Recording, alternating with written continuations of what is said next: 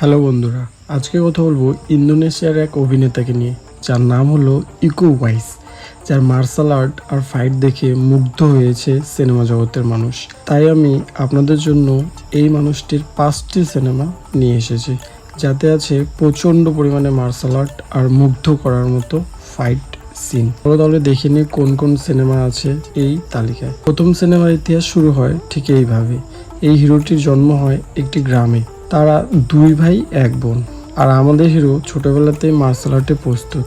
কোনো এক কারণে তাকে শহরে আসতে হয়, আর সেখানে এসেই দেখে কিছু লোক একটি মেয়েকে কিডন্যাপ করে নিয়ে আসছে। বাস তা দেখে শুরু হলো তুমুল লড়াই মেয়েটিকে বাঁচানোর জন্য। এই মেয়েটি তার বোন নাকি অন্য কেউ, তা জানতে হলে সিনেমাটি দেখতে হবে আপনাদের। সিনেমাটির নাম হলো মেরান্তা, 2009 সালে। 2 নম্বর সিনেমায় আমাদের হিরো একজন পুলিশ অফিসার, আর কিছু গুন্ডা একটি ফ্ল্যাট দখল করে রেখেছে। এই গুন্ডাদের কি করে মারে তা দেখানো হয়েছে এই সিনেমায়। সিনেমাটিতে শুরু থেকে শেষ অবধি শুধু লড়াই। দেখতে বসলে কোথাও বোরিং হবেন না, তা গ্যারেন্টি দিচ্ছি। নাম হলো দ্য রেইড, মুক্তি পায় 2011 সালে। 3 নম্বর সিনেমায় আমাদের হিরোকে আবার যেতে হয় একটি মিশনে, যা একের পর এক ভয়ানক মিশন, যা বড় বড় মাফিয়াদের সাথে লড়াই। সে কি পারবে সেই সব মিশন সাকসেস করতে? সিনেমাটির নাম হলো দ্য রেইড 2, যা মুক্তি পায় 2014 সালে। 4 নম্বর সিনেমাটি গল্প হলো ঠিক এইরকম।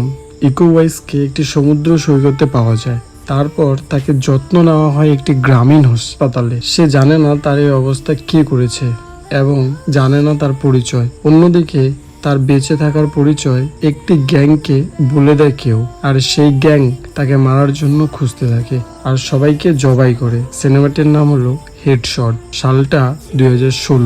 নাম্বার 5 সিনেমাটির গল্প হলো একটি গ্যাং কিছু মানুষকে কিডন্যাপ করে নিয়ে যায়, তারপর গুলি করে মারে। আর একটি মেয়েকে বাঁচানোর জন্য সেই দলের একটি লোক ওই গ্যাংয়ের সব লোককে মেরে ফেলে। বন্ধুরা, আপনাদের সামনে প্রশ্ন রইল, এই সিনেমায় ইকো উওয়াইস হিরো নাকি ভিলেন? সিনেমাটির নাম হলো the night come for us, মুক্তি পায় 2018 সালে। প্রত্যেকটি সিনেমা হিন্দি ডাব করা আছে, আপনারা যে কোনো প্ল্যাটফর্মে পেয়ে যাবেন। দেখা হচ্ছে আবার একটি নতুন ভিডিও।